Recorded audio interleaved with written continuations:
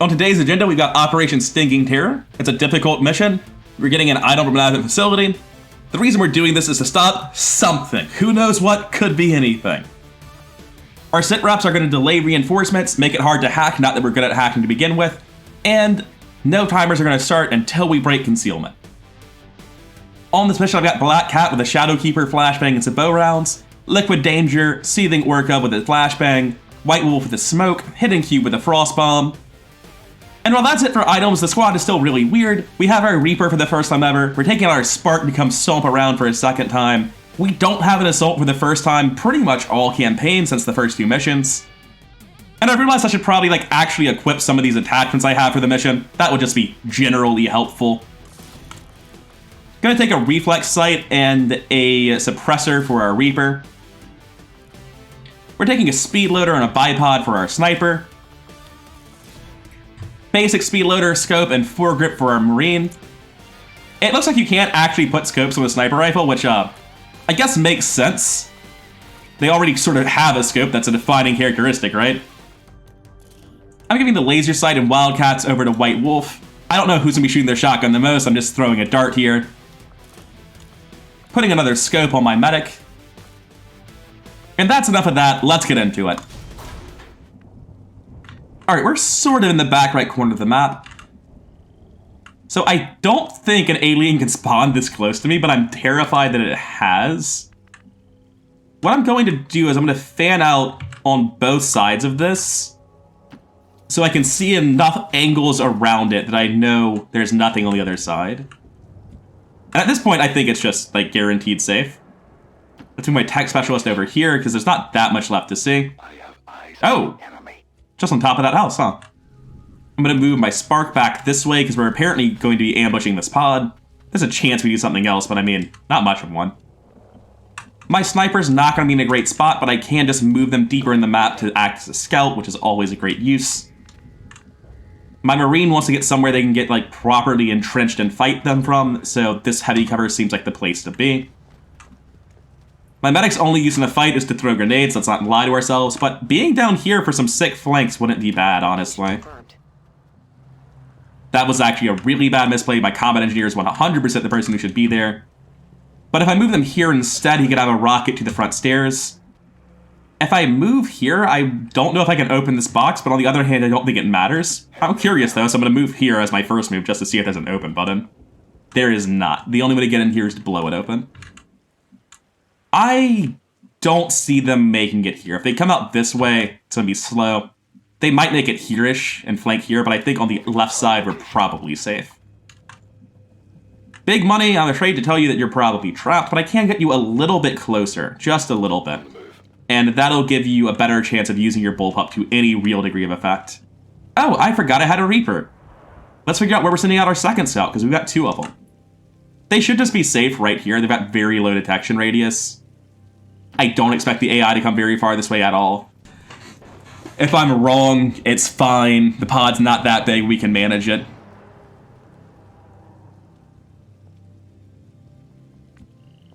Oh, they didn't move at all. I can't see in there, but I know they're in there. This doesn't quite cover the entire floor, and I don't know where they are for sure. It feels like I can sort of see the left half of the room, and the right side is the one with the troops. I think if they were against this window, I'd also see them, so I think they must be in the back right half. Trying to get it to be... Just stop snapping, please. Alright. If they've walked away and I'm wrong about this, it'll be real embarrassing, but this feels like a really good start to an ambush. Anyone who doesn't have 10 health is going to die to the grenade plus fall damage. Okay, yeah, we hit them. Only one is alive, everyone else died. They aren't active, though? Because we've never seen them? Right, medic, move out the back of the building to force them to run in a different direction. He's still on the second floor? Oh, he's the only that's probably why. Everyone else died instantly, but he wasn't touched. Alright, I'll use my grenade for this. I don't know why I said my. Seething Orca's grenade. I'm not particularly Seething Orca. I can get in real close with this bullpup and actually land a shot with this weapon for once. Probably not killing. Might get it to shotgun chip range. Nope. Not even. Well, who wants to finish it? I think I just take the shots here with my Marine. I don't have anyone in a position to actually, like, walk up to him and take the flank shot. I'm going to take the 75 with Liquid Danger. When I say 75 with a 47, what I mean is I have two 50% chances, so there's a 75% chance that by the second shot I kill it. Or a 47% chance that I kill it this shot. Okay. Let's see. I shouldn't have Overwatched. I should have considered reloading because I don't actually know what's in front of me. Let's get Twilight Queen moving forward. Didn't see anything. I'm just going to move up a little bit to here in case there's a pod on the other side of this cover. There is, but way further away. Now, this basically means that any high cover anywhere else on the map isn't going to help me. Or high ground, rather. Because, like, theoretically, I could stand in the ruined wreckage of this house next to that one window, but what do I even see? So instead, I'm going to be moving to here on my sniper. I want to move further than that, but I just don't have the ability to do it in any degree of safety. I'm just going to Overwatch back here, move these soldiers to be closer to each other, because I don't want to pull anything. I want everyone moving forward together, except for my scouts, obviously. They've got individual concealment. They're fine. This pod's pretty far back, but we can still move in closer. As far as I can tell, that move should always be safe. We've got a pod of Stun Lancer, Demolitionist, Trooper, Gunslinger, and I think the Sectoid is like right here. Whatever the pod leader is just vanished because of the tree. I'm going to move here to get vision down this flank right here because I don't know if there's a pod there. And now I'm just going to move onto this side. Okay. Staying in this piece of cover in case there's someone right here coming around. And I should be able to move up. I don't have vision on the Sectoid. I actually don't know what is and isn't safe. I'm going to take a slight move up here. And just gather everyone around this position. Alright, I've got everybody gathered up here, or at least everyone who's visible, who doesn't have concealment.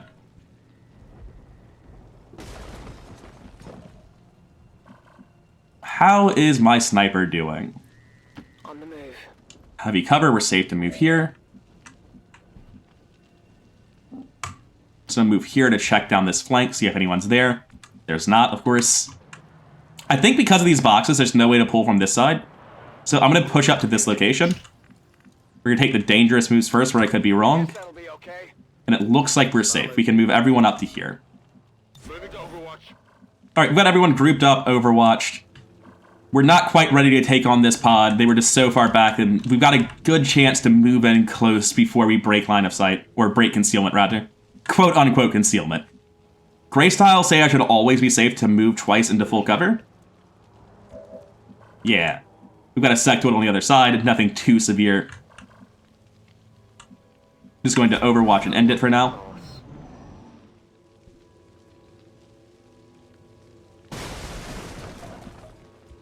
My sniper was safe last turn to move here with vision on the rest of the units. And now I can get them around to this flank. And the big thing is that we're able to move up and start taking positions of cover before the fight actually happens. Yeah, moving past here is going to pull, but this side is relatively safe. Hilarious if I get here, I'll step out and see because of Ashen Fortress. I'm going to back off my Reaper at this point. I don't need them here. And pull back around this other full cover piece. We can Overwatch everyone who's moved up. We're going to engage next turn. We're taking our sweet time this Russian. Oh, that's bad. I think that just pulled. They're on to me. Advent troops here. The first turn that I moved out here after scouting the location for like 3 turns to make sure that no pods were here, somebody walks around the corner into them. That is tragic. At least we've got a bunch of Overwatches back here. We're doing the thing where everyone moves one at a time.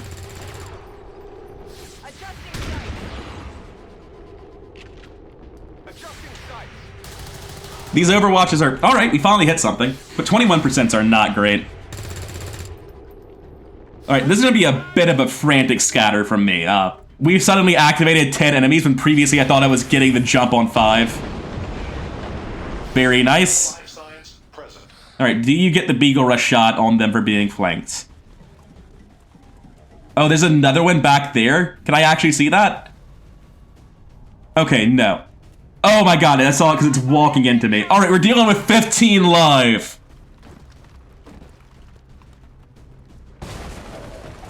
We got 14 active, boys and girls. It's a bad spot all of a sudden.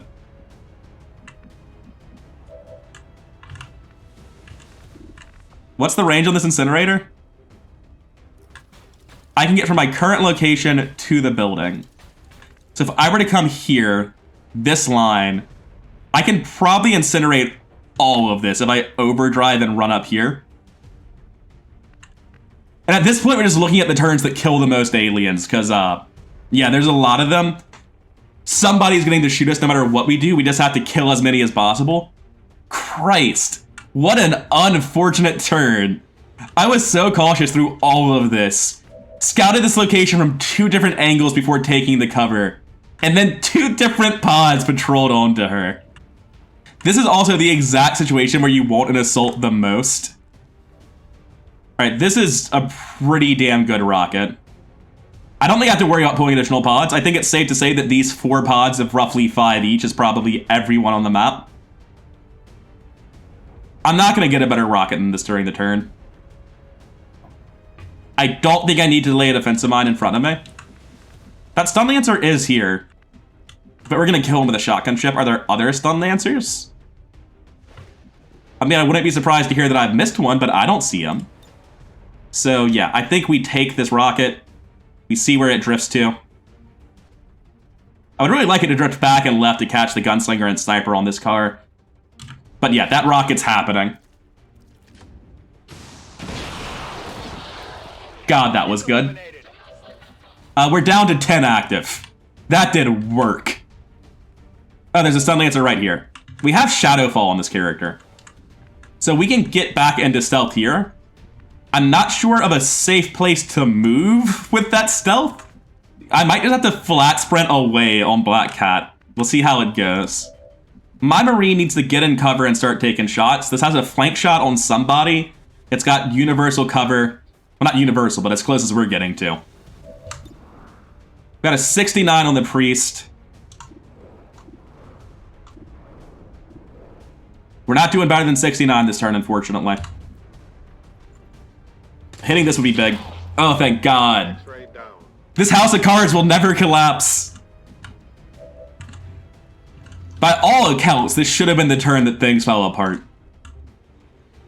I'm gonna pull back to here and take a different flank shot. 79 to kill. Let's see how it goes. Thank God. Like, why though? Why does everything work for this campaign? Well, there's still 8 alive. Let's not get too far ahead of ourselves. There's a lot of damage left to be dished out. The sectoids can stay up. They might waste their turn mind controlling and essentially do nothing. If I move here, I don't have any super relevant shots. I can move here and grenade that stun lancer. Okay. Which is not a super good grenade, but the only person left with a shotgun... I don't have a grenade on this character. I've got 2 stun lancers that are alive at 1. They need to go down. This is the only thing I can do to contribute. I'm actually getting upset with how lucky this campaign is. I think it's still overdrive to here and then incinerate the bunch of them. This is always going to be the overdrive turn. I want him in the open where everyone can see him to distract fire. High speed advance. And now we've got a hit on all of them, right? Actually, we somehow don't have a hit on the stun lancer. The trooper in the back gets to live, unlike the civilian in the back. Let's see what actually hits, though. Oh, he finally missed! An 89 and a 40 on the stun lancer. So the stun lancer at 49 implies that the cover counts no matter what for flamethrowers. You can't really flank with this gun. They're either in the open or not. If we could kill the Medron, that would actually be very helpful. Yeah, well, there are lots of things that would be very helpful, and there are also lots of things that aren't happening. Can I get a relevant grenade onto that Stun Lancer? I would really like him dead. Only if I'm willing to attack my own mech. I mean, honestly, I'm considering it. I need to move this man. He's in the way of my sapper. I'm gonna move this way to start getting him in line of sight on the left side. All right, I'll go. I can move my sapper up, take the shot to guaranteed kill the Stun Lancer. What's on top? Just a Gunslinger. There'll be a high ground face-off. It is what it is. Gotta love shotgun stocks. No longer a threat. Alright, we had 14 at the start of the turn. We got it down to 6. That's pretty good. I was considering trying to back off somewhere in Shadowfall, but the Medron's just going to spot me immediately. There aren't actually flanking positions available, aside from the Medron, obviously, if I move to here. So, I'm gonna move to here. And I can still Shadowfall. Not that it actually matters against these enemies. If I had a normal grenade, I could toss it up here. But instead I've got some bow rounds and a serious regret for my life choices right now. Oh, the pistol does 4 damage now? Alright, 69 to kill. The Gunslinger has much more odds of dying, and I'm not super scared of a Gunslinger. He's just gonna face off and deal 1 to 2 damage to everyone he hits. Yeah, that's fine. You can raise zombies or mind control anyone. Only disorient from that mind spin. Alright, do you have a grenade, or is this okay? That's fine. Shot somebody with armor, didn't throw a grenade. Black Cat can be stunned, or just fought. What is this campaign? Alright, face off like we were talking about. Everybody take your licks. Or don't, that's fine too. It doesn't matter if you get hit, you just let them feel good about it, you know? I can't move. Alright, this sectoid running inside. Probably gonna do a Psy Zombie with that line of sight. I think that is crisis averted. I think we controlled that accidental triple pod pull. Oh, my Reaper never lost concealment because of the shadow stacks. I can slide around to this side of the cover and take a shot at the Demolitionist. The objective is here. 79 to kill. 1-5, this is Avenger. We have positive confirmation of Not now, Bradford. We're busy. Yeah, everything goes right on this mission. I think the best thing to do here is actually to kinetic strike the sectoid in the back.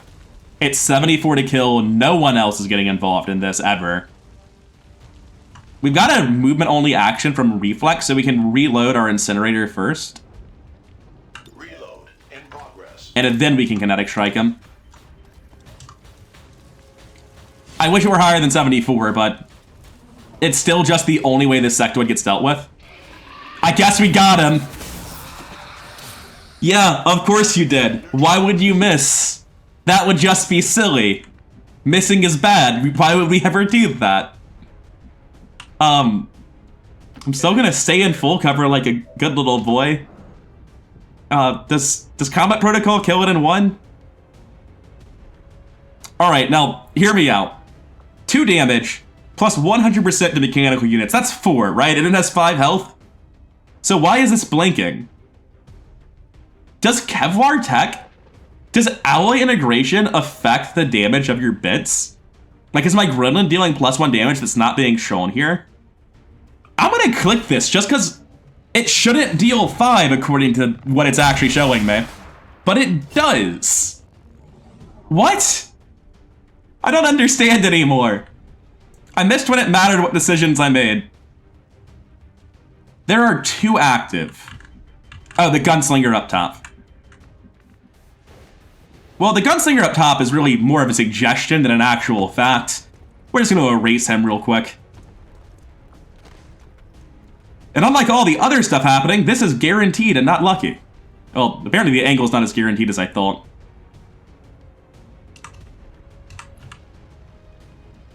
Alright, he's flashing. I don't know that his tiles are actually flashing.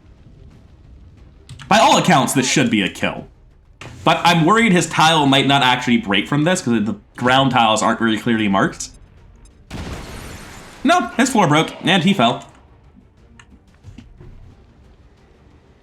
I made that play thinking that I had a guaranteed kill on the sectoid, and I've just lost my mind a little bit. That is not the truth. I can inflict burn and light all of his cover on fire.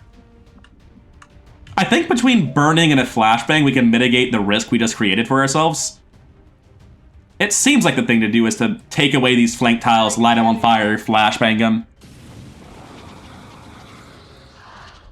Burning is a chance to roll, but I mean, sometimes you're just an unstoppable god and nothing can go wrong, right? Like, that's where I'm really at right now. I've sort of zoned out. Move up to here on my marine so that I can take his position on my medic and toss a flashbang at the sectoid. Surely you have a line here. I actually don't. Like, I look at this, you can see how much room there is left on the angle before it should cut off, and then bam, immediately stopped. Grenade angles just feel incredibly weird and bad in XCOM 2 sometimes. Well, I'll Overwatch to try to disincentivize that kill. Speaking of ways to disincentivize the kill, let's suppress him. That voice pack is something else. Honestly, just hunker down. You're in full cover, you're safe, don't move. So, oh, he runs for it. Alright. Does that have a flank on somebody? I think it does. I'm not a fan of this. I'm glad something went wrong for us. For a given definition of wrong, this is a combat engineer that had 4 ablative health, so, he's actually just fine. It actually didn't matter at all. Whatever cost Hidden Cube his 2 health, I'm guessing face-off, that was way more important. Also, I didn't need to come up here and flank him. I guess I did for the loot. Could have just chipped him with a shotgun. I think this is a mission type where we just pick it up and it ends. But anyway, let's fail safe and hack it.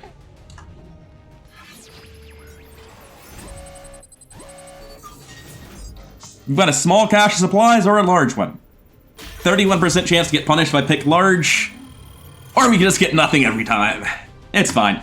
I'm glad something didn't go perfectly this mission, because this has been upsetting. I could not have ever imagined things going as well as they did. Just... like, even the initial rocket, right? Like, it was a good rocket target, but the result was it, like, killed 4 people and destroyed however much cover for the rest of them. Everything about that, aside from the initial engagement, went incredibly well. Operation Stinking Terror must have been in reference to how Advent felt about this. Let's see our mission debrief. Black Cat, all they did is cause the worst engagement in XCOM history. Solo Slayer is not correct either, you were just alone ruining things. You were the most exposed though, I agree. Liquid Danger doing his job well, overwatching, suppressing, killing, and dealing some damage, but not really the star of the show by any stretch of the imagination. Seething Orca's a medic, what do you want from her? White Wolf, 3 kills, 31 damage, landed the only shots he bothered to take, most assists, and MVP. Don't let that take away from the fact that Hidden Cube, despite being a terrible shot, did deal 25 damage. Big Money managed to land every shot he fired, that still didn't really do anything. Twilight Queen landed every shot she took, but killed 2 people that were actual threats when she did it. Ashen Fortress with 2 kills, 16 damage, but most importantly of all, just that safe feeling you get from dangling a big ball of hit points in front of the enemies and knowing they'll go for that instead of your soldiers. That was just, yeah, like I was saying about the rocket, right? White Wolf's rocket is the reason that was manageable. Ashen Fortress moving up, being a target, getting some damage done, that was nice. Everyone's turns went well, we landed all our shots, that was really, really good. But White Wolf's rocket, if you have to point to any one thing that salvaged that situation, is the reason that we're okay. That is the most transparently earned MVP so far. And yeah, most assists, because he set up everyone he hit to die. Got a couple of light wounds, not a big deal. White Wolf sadly not getting promoted for the mission. We got a basic scope and advanced conditioning, and it occurs to me that maybe giving superior mobility to somebody on every mission we take would be a good idea. We should totally do that next time. We also got 2 Illyrium cores, a bedded stock, a big pile of not mech corpses. I'm guessing they'll show up at force level 4 or 5, but I thought they would show up much earlier than they have been. Or it could just be really weird RNG. A Better Advent's the only enemy mod I'm running, so if there are low force level mechs there, I'm just not rolling them. Delayed something, got some intel, got a rumor. Now we just have to wait to actually finish it. Coming down to her emotions, Seething Orca's hitting Sergeant. We're going to be getting her advanced trauma kits. It is the medic's job to keep everyone alive. This is a free revive charge. You're better at reviving people. People don't die, they just bleed out, and they'll take longer to bleed out. It's absolutely incredible. Our tech specialist making it to Sergeant.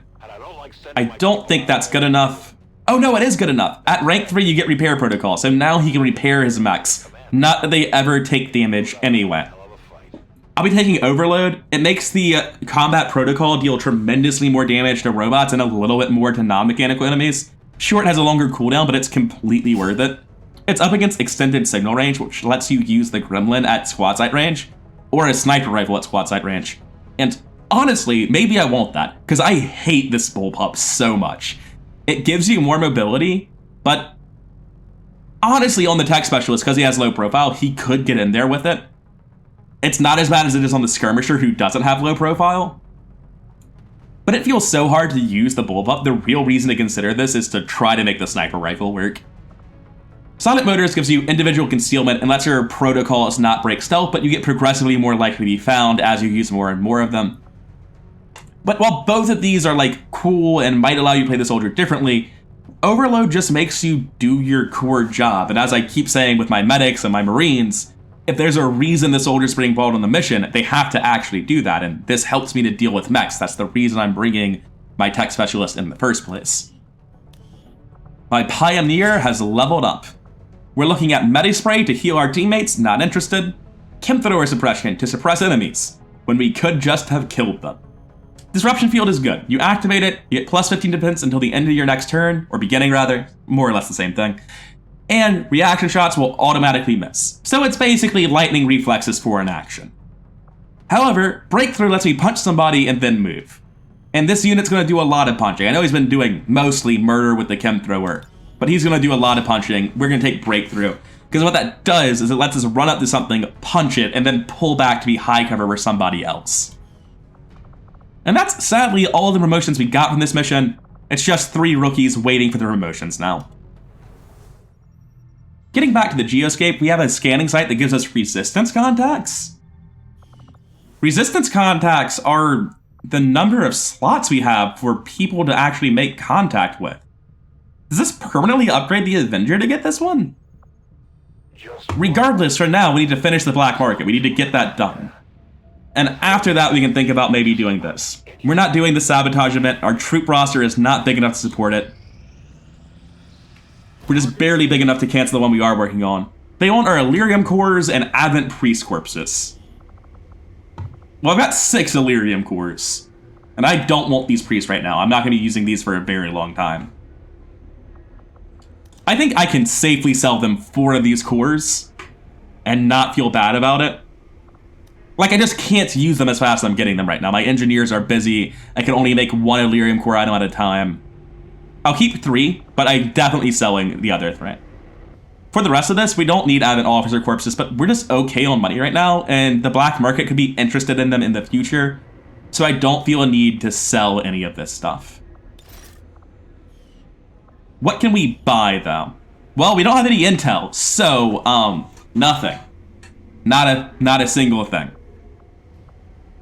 If we had 100 intel, we could get an engineer, but that is so far from being a possibility that it's not even funny. And now we have to think about what to scan for the first time in a while. It's actually a choice we get to make. And it seems to me like it would be resistance contacts. I think it's permanently upgrading the Avenger. And if it's not, I just want to know what it is. You can tell that my mod testing setup was like for very specific things that I was checking, playing just like to the first month and a half. A lot of this is me relearning the game as I go, which is why I keep expecting things to go horrifically wrong. Alright, we have resistance radio done. We can assign a new research. Now that we can build radio relays, we're probably going to stop looking for this contact for a hot second and go build a radio relay on the East Coast. So that way we can actually start getting the mission types that it offers us. Because as a reminder, you're offered new mission types once you set up your first radio relay for supply ambushes and that sort of stuff. An inspired data cache sounds lovely right now, but I think I've got to be going for the next tech level of stuff. So the reason I like plated armor more is all of these suits of plated armor give me more health on my soldiers, more items, so more grenades. That's really valuable on everybody. Whereas mag weapons, I'm going to have to get all of the individual like secondary techs. I'm going to have to get the tech for sniper rifles and the tech for cannons. Well, I don't use cannons, so actually, that makes it a bit easier. But like the tech for sniper rifles and the tech for shotguns, I'll have to get those. I am going to go for mag weapons. It just feels right to me to try to increase my offensive output even more. I just don't really know what I should be doing. So, with 384 credits, I could, if I wanted to, easily buy a couple more rookies and a couple more vests and just throw them at a covert op. But looking at the covert ops I can get, I don't really care about Between the Eyes. The lost just aren't the most dangerous thing in the world. Counter-chosen activities. Do I have a sergeant I don't love now? Oh, Seething Orca, I'm so sorry, I think I do. Lead Coffin's finally out of the hospital. I think I'm willing to send this with a minor risk of ambush and soldier capture. The question is who gets sent with her. I think I hire a rookie off the street. And of course, we're going to be building 2 more civilian disguises. We have so many of these. But having these is giving us more soldiers, essentially. Because the more of these we use, the faster our soldiers get back, the faster we can use them again, the less pressure on our roster. I'm essentially just converting supplies into roster diversity. Did you know that apparently my mod setup lets me replace the assault rifle on a rookie with a sword or a handgun? Because I didn't know this. I had no idea. I'm going to pretend that's not there. So we have a trivial capture risk now, a minor for ambush. If it happens, we're just going to run for our lives. Moderate for wound, don't care about that at all. This is definitely worth doing. Everyone say hello to Crying Wolf and perhaps goodbye if he does get his trivial chance to be captured forever. Also, perhaps goodbye to Seething Orca, that would make me much sadder. But that's worth doing. We are 15 days off of the power relay finishing and the workshop starting, so we don't really need to hold on to our supplies right now, but I would like to if I can. Unfortunately, though, we have to use some of them immediately because we want to go build this resistance relay immediately. 50 of our supplies going towards that, 5 to 7 days of scanning. But once we have this down, not only does it extend our range, we can contact more places, the big thing is that it lets us get better mission types for more rewards. Speaking of missions, this is probably the Dark event, huh? Yep, this is going to counter the Dark event. We need to destroy the alien relay. We have Lightning Strike. Air patrols are going to drop in. What's our last one? Resistance contacts. We can walk up to people and get prizes. Alright, let's do it. The Spark is going, of course. Every time I have an assault, I want to send a Spark. It just helps mitigate the wounds that I constantly have to deal with. Lead Cough has been out of commission for too long. We're sending him.